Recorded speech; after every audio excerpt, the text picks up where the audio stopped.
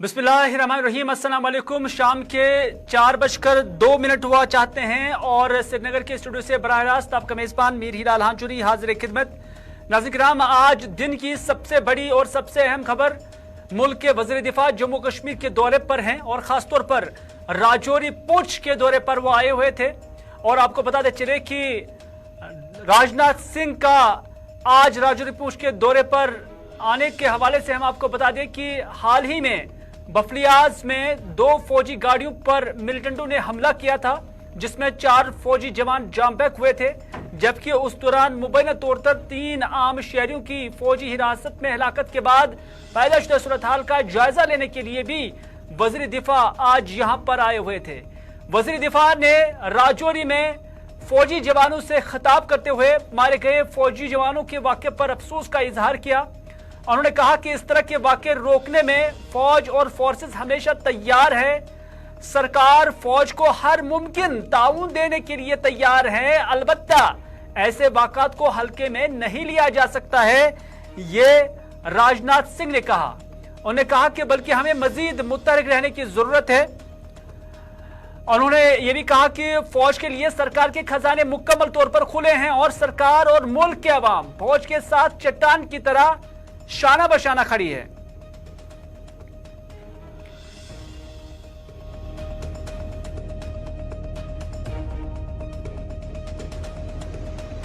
मैं आपको आश्वस्त करना चाहता हूं कि घटना की गंभीरता को देखते हुए जो भी आवश्यक और जो भी उचित कदम है वह उठाने की भरपूर कोशिश की जा रही है।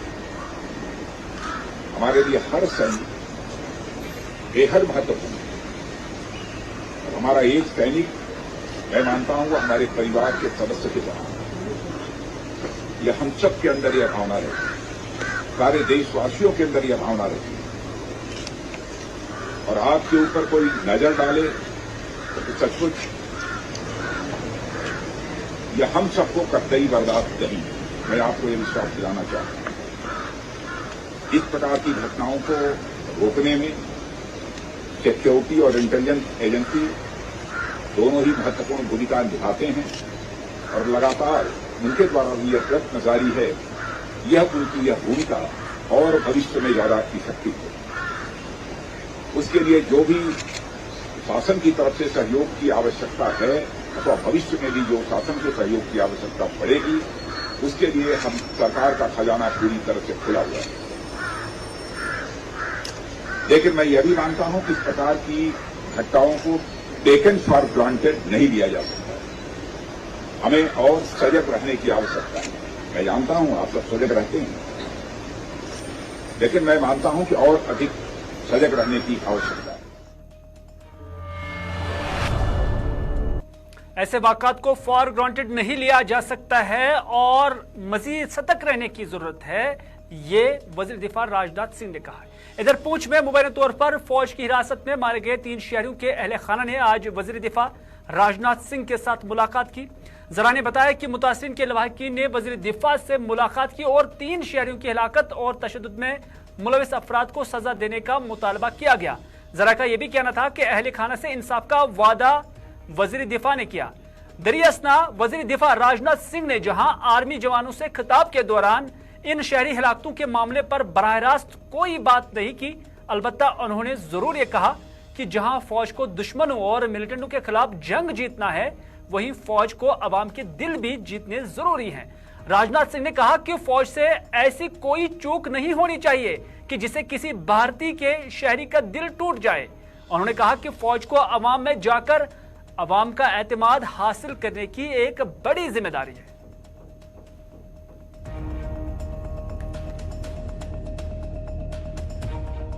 देश की रक्षा के साथ साथ अपने देशवासियों का दिल जीतना, यह भी आपके लिए बहुत बड़ी जिम्मेदारी आपके कंधों के ऊपर है। मैं जानता हूं इस दृष्टि से भी आप लोग अपनी तरफ से प्रयत्न करते रहते हैं, लेकिन हो सकता है कि कभी चूक होती है, प्रयत्न नहीं होना चाहिए। इस प्रकार की चूक न होने पाए जिससे कोई भारतवासी आहत हो। जिस देश की आप सेवा कर रहे हैं, उस देश के लोगों के साथ भी सक्रिय रूप से जुड़े रहें, उनका विश्वास आप प्राप्त करें, समझ को बढ़ावा दें और उसमें आप महत्वपूर्ण भूमिका आप निभा सकते हैं और आप निभाते भी हैं, लेकिन उसे और अधिक गंभीरतापूर्वक निभाने की आवश्यकता है। मैं यह मानता हूं समय समय पर उनके बीच जाकर देशवासियों के साथ उनका कुशल क्षेम पूछना, कोई कठिनाई हो तो उसके बारे में भी जानकारी हासिल करना, जहां पर उसकी जानकारी देनी आवश्यक है, जिस भी स्तर पर उसकी जानकारी देना, मैं समझता हूं यह सब भी आपकी जिम्मेदारी है। इसलिए मैं मानता हूं कि हमारा उद्देश्य जहां पर कोई जंग जीतना है, आतंकवादियों का सफाया करना है, वहीं पर हमारा उद्देश्य, बड़ा उद्देश्य होना चाहिए कि हमें अपने देशवासियों का दिल जीतना है। हम युद्ध भी जीतेंगे, हम किसी प्रकार की जंग भी जीतेंगे, हम आतंकवादियों का भी सफाया करेंगे, लेकिन साथ ही साथ देशवासियों का हमें दिल भी जीतना है। और बहुत बड़ी जिम्मेदारी आप सबके कंधों के ऊपर है और मैं अच्छी तरह जानता हूं उसको आप पूरी निष्ठा के साथ, पूरे लगन के साथ निभाने की अपनी तरफ से भरपूर कोशिश करते हैं। आप साहस, सम्मान और उन मूल्यों के प्रति अटूट प्रतिबद्धता के साथ सेवा करना जारी रखें और मैं पुनः आपको विश्वास दिलाना चाहता हूं, राष्ट्र आपका पूरा कृतज्ञ है। और मैं आज के अवसर पर इससे ज्यादा कुछ न कहते हुए मैं पुनः अपनी तरफ से आप सबको हार्दिक शुभकामनाएं देता हूं और आपके परिवार का भी मैं यहां पर अभिनंदन करता हूं। यह जानकर आप लोगों ने एक सैनिक बनने का संकल्प लिया है। किसी भी प्रकार का जोखिम आ सकता है, सैनिक के रूप में अपनी भूमिका निभाते हुए हमारी जान भी जा सकती है, कुछ भी हो सकता है, फिर भी यदि जोखिम उठाया है तो ये कोई छोटी बात नहीं है। आपके जीवन का एक बहुत बड़ा संकल्प रहा होगा, तब आपने सेना में भर्ती होने का फैसला किया है। आप सबकी यह सोच और जो आप कुछ कर रहे हैं वह कृत्य, मैं देश का रक्षा मंत्री होने के नाते कहना चाहता हूं। इधर वजीर दिफा राजनाथ सिंह के दौरा राजौरी पूंछ पर साबिक वजीर आला और member parliament doctor Farooq Abdullah ने भी रिएक्शन दिया है। डॉक्टर फारूक अब्दुल्ला ने कहा कि राजनाथ सिंह को चाहिए, यानी वजीर दिफा को चाहिए कि वो मुतासरीन के साथ इंसाफ करे। उनसे सवाल पूछा गया था कि आपको इस दौरे से क्या एक्सपेक्टेशंस हैं। उन्होंने कहा कि एक्सपेक्टेशंस किस तरह के रखेंगे, जो लोग मारे गए क्या उनको जिंदा किया जा सकता है, ये उन्होंने सवाली अंदाज में वापस कहा है। उन्होंने ये भी कहा कि जम्मू कश्मीर को लेकर अगर यहाँ के हालात पर काबू पाना है तो जरूरी है कि पड़ोसी मुल्क के साथ बातचीत की जाए। उन्होंने अटल बिहारी वाजपेयी को भी कोट किया है, जिसमें उन्होंने कहा कि दोस्त तो बदले जा सकते हैं लेकिन पड़ोसियों को नहीं बदला जा सकता।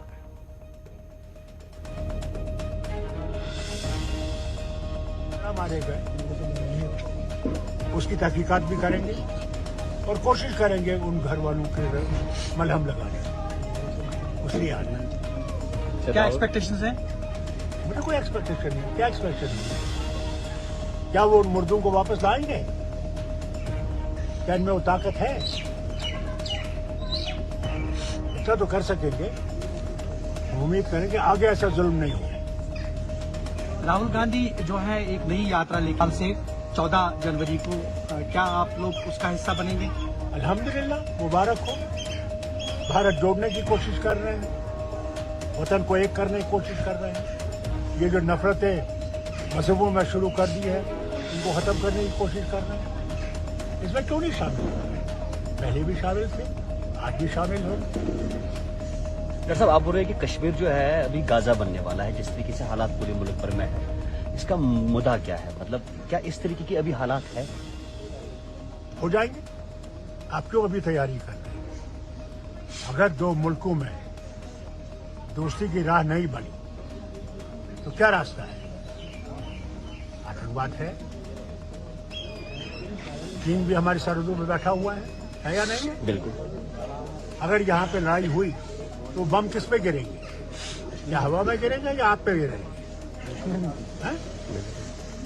इसीलिए मैं हर बार कहता हूं जो वाजपेयी जी ने कहा कि दोस्त बदलाए जा सकते हैं, पड़ोसी बदलाए नहीं जा सकते। अगर हम पड़ोसी के साथ दोस्ती की राह बनाएंगे तो दोनों तरक्की करेंगे।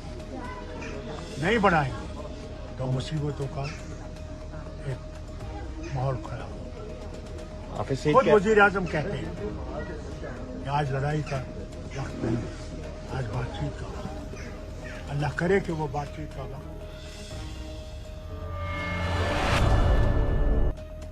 इधर से खबर आ रही है कि राजनाथ सिंह ने जहां राजौरी पुंछ के अंदर फौजी क़यादत और अफसरान के साथ मीटिंग की, वहीं पर उन्होंने इस इलाके के जो मुंतखबा लीडरान हैं उनके साथ भी बात की है। कुछ डीडीसी लीडरान के साथ भी उनकी बात हुई है। विक्टिम फैमिलीज के साथ भी राजनाथ सिंह मुलाकात हुए और उसके बाद वो हॉस्पिटल भी गए हैं, जहां उन्होंने मुतासरीन जो वहां पर जख्मी हैं, जिन्हें इलाज मुआवजा पहुंचाया जा रहा है, उनका भी उन्होंने इयादत की है।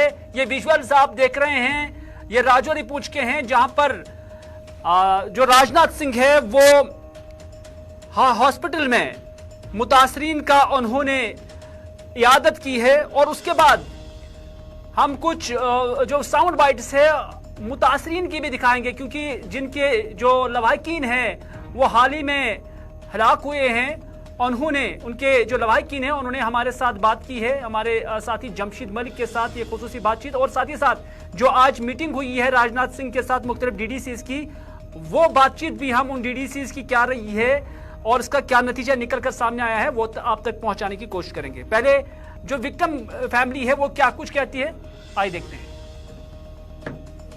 उन्होंने तो बोला अच्छा करेंगे, कोई बात नहीं, ठीक है। आपकी तरफ से क्या कहा गया?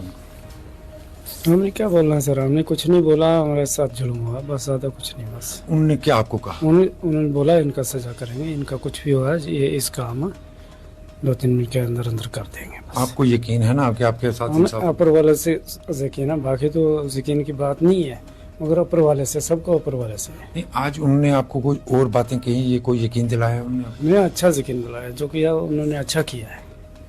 मगर आप जो दाग है ना, बाप और बेटे का सवाल बहुत बड़ा होता है। मेरा बेटा गया है, मैं उसमें क्या कर सकता। सर मेरा भाई था सर। भाई था।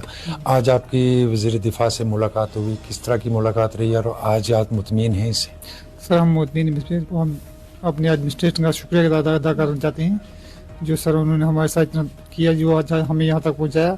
एल जी साहब का भी शुक्रिया अदा करना चाहते हैं। सर हमें बस ये की बात कहना चाहते हैं कि हमें इंसाफ मिलना चाहिए, इतनी तशद्दुद के साथ। जिस तरह आज उनकी तरफ से आपको यकीन दिलाया कि आपको इंसाफ मिलेगा, हाँ मिलेगा सर। उन्होंने आप कहा उनसे मिलकर आप मुतमीन हैं? हम मुतमीन हैं सर। किस तरह देखते हैं आप उनके इस दौरे को, जब आपसे मिलने के लिए स्पेशल वो वहाँ पहुँचे?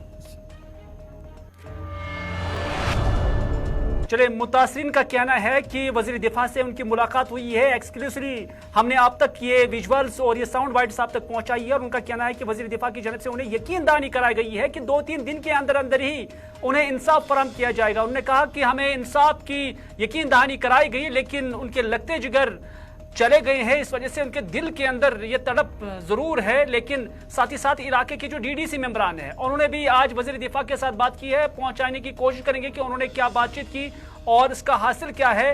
कुछ डीडीसी मेंबरान ने हमारे नुमाइंदे जमशीद मलिक के साथ बात की, उन्होंने क्या कुछ कहा, आइए देखते हैं।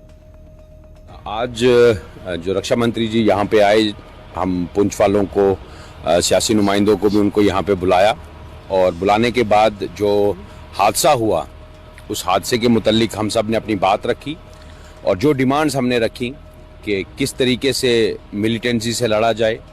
मिलिटेंसी से लड़ने के लिए सबसे सक्षम लोग जो हैं वो हमारे अपने लोग हैं, अपने पीर पंचाल के लोग हैं, जिनको इलाकों का पता है।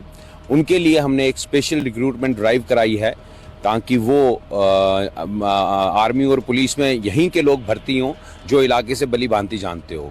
जो सिविलियंस जिनकी मौत हुई है उनके लिए कंपनसेशन, उनके लिए पढ़ाई, उनके बच्चों के लिए पढ़ाई और बाकी भी जितनी आने वाली ज़िंदगी में उनको ज़रूरत की चीज़ें हैं उसके लिए हमें रक्षा मंत्री जी ने और माननीय उपराज्यपाल मनोज सिन्हा जी ने पूरा आश्वासन दिया है कि उनकी जितनी भी हमारी ये डिमांड्स हैं वो डिमांड्स जो हैं वो पूरी की जाएंगी। इसके साथ साथ उन्होंने ये भी आश्वासन दिया कि पुंछ और राजौरी जो है वो मरकज़ी सरकार के नज़र में है और आने वाले वक्त में और डिस्ट्रिक्टों के मुकाबले में राजौरी और पुंछ को जो है वो बहुत ज़्यादा तरजीह दी जाएगी। आज जो रक्षा मंत्री जी,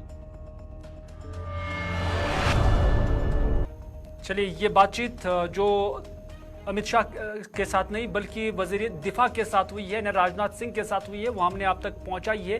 जो डीडीसी मेंबरान उनसे मुलाकात हुए थे। इधर मरकजी वजारत दाखिला ने भी आज मुस्लिम लीग जम्मू कश्मीर यानी मसरत आलम दड़े को यूएपीए एक्ट के तहत गैर कानूनी एसोसिएशन करार दिया है। इस तंजीम को कलअदम किया गया है। इस हवाले से वजीर दाखिला अमित शाह ने समाजी राब्ता साइट पर एक पोस्ट में लिखा कि यह तंजीम और इसके अरकान जम्मू कश्मीर में मुल्क दुश्मन और इलाहदगी पसंद सरगर्मियों में मुलविस हैं, जो मिलिटेंट सरगर्मियों की हिमायत करते हैं और लोगों को जम्मू कश्मीर में इस्लामी हुक्मरानी कायम करने पर उकसाते हैं। उन्होंने लिखा है कि वजीर आज़म नरेंद्र मोदी की हुकूमत का वाज़ेह पैगाम है कि जो भी मुल्क के इतिहाद, खुद मुख्तारी और सालमियत के खिलाफ काम करेगा उसे बख्शा नहीं जाएगा और इससे कानून का सामना करना पड़ेगा।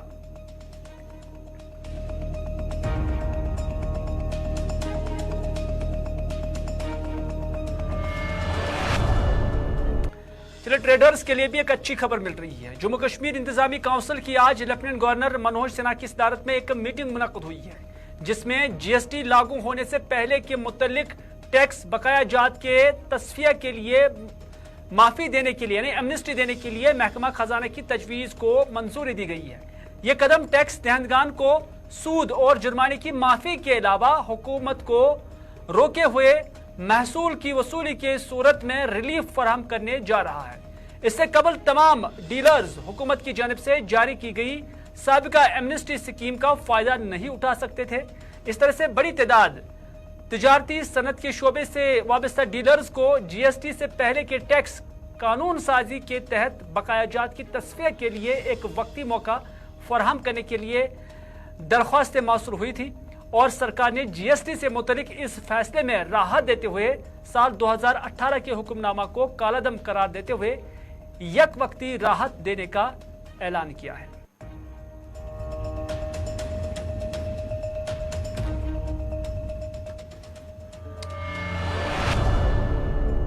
नाज़रीन, खबर है कि सबसे बड़ी दानिशगाह जो जम्मू कश्मीर की है, जिससे कश्मीर यूनिवर्सिटी कहते हैं, वहां पर लगभग 500 से 600 के करीब जो असामियां हैं वो खाली हैं और इसमें बेशतर असामियां शोबा दरस तदरीस से ताल्लुक़ रखते हैं यानी मुख्तलिफ प्रोफेसर से ताल्लुक़ रखते हैं।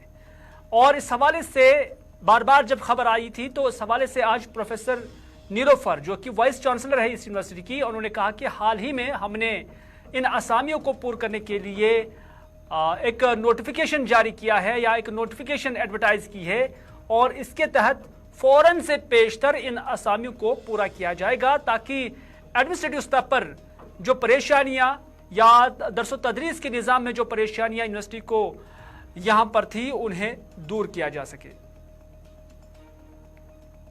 बहुत अर्ली है ये चीज बोलना। आपने देखा होगा अभी हमने टीचिंग के कुछ एडवर्टाइज किए हैं, हम नॉन टीचिंग भी कर रहे हैं। कुछ देर के बाद very in short span of time आप देखेंगे हर एक पोस्ट एडवर्टाइज होगा, एक्सेप्ट जहां हमें कुछ लीगल इश्यूज हैं वो अभी रुकेंगे, बाकी सब एडवर्टाइज। बहुत अर्ली है ये चीज बोलना। We are trying our best कि हमारा कोई पोस्ट वेकेंट नहीं रहे, वो खराबी होती है फॉर सिस्टम ऑल्सो, तो इंशाल्लाह will fill all the posts. इधर श्रीनगर के कनिकदल या करफली मोहल्ला के अंदर आग की एक होलनाक वारदात में एक रिहायशी मकान आज उसको नुकसान पहुंचा है और इस दौरान फायर एंड इमरजेंसी अमले ने बरवक्त कार्रवाई की और आग को मजीद फैलने से बचाया। आपको बताते चले कि इस इलाके के अंदर काफ़ी गुंजान आबादी है और काफ़ी नज़दीक रिहायशी मकान है और इस पर जो फायर एंड इमरजेंसी सर्विस ने कार्रवाई की है उसकी आवाम ने दाद भी दी है और माना जा रहा है कि जुज़वी नुकसान जो है इस मकान को हुआ है। हालांकि जो ऊपरी मंजिलें हैं इसकी वो तबाह हो गई हैं, लेकिन निचली मंजिलें जो हैं उसको किसी हद तक बचाया गया है। ताहम फिर आग बुझाने वाले अमले की जानिब से जो यहाँ पर पानी का इस्तेमाल किया गया उससे भी यहाँ नुकसान हुआ है। अब्दुल अजीज नाम करबल माश कदल रोजान तो नार अत मकान तो बे क्या 10 बजे होतन 10 बजे अगर यह खुदा रशन अम ब्रो वोट है तो तेल नीर ना महल मज कहें बकाया अद क्या हजरत दोप बम वाल आय मौकसी पे तमो कर अनथक मेहनत अल्लाह ताला थन तिमन बार तमो कर काफी मेहनत बम वालो वह गसान 5-6 मिनट लेट दक्षिण खोवर गाड़ आसान तो तम किन गई 5-6 मिनट लेट ताहम कर तमो सठा कोश पे ये सात मकान दोद वो तिम दोक है तुम बचो समा हमसाई ये वो दोद दम वो आ तल पे नार बजान मेहरबानी कर वो बचो हमसाई ये तो अद क्या नुकसान करू तुम 4 पोरन अंदाज कोता लगे तुम करू पाने अंदाज 4 पोर सोरे मकान गो डेड मे दोप यमन गसिन वो योई डेड मगर हमसाय बचेवुक सा दक्षिण खोवर वो अपील करान गवर्नमेंटस यह गो तारुन क्या वनकस बे वंदर अगर करान क्या अगर गवर्नमेंट जनाब मोहम्मद असलम मे नाम जनाब यह इंतज जनाब डैमेज खतरनाक जनाब डैमेज पूर यह पाई कह कि लोग जनाब नार शार्ट गोवा क्या गोवा तो मे काफी डैमेज मकान गोमुत बस वो गवर्नमेंट करान अपील। आज के स्पेशल रिपोर्ट में बस इतना ही। अपने मेजबान को दीजिए इजाजत इस वादे के साथ कि अगर जिंदगी रही तो आपसे फिर होगी मुलाकात। तब तक के लिए खुदा हाफिज, फी अमानिल्लाह।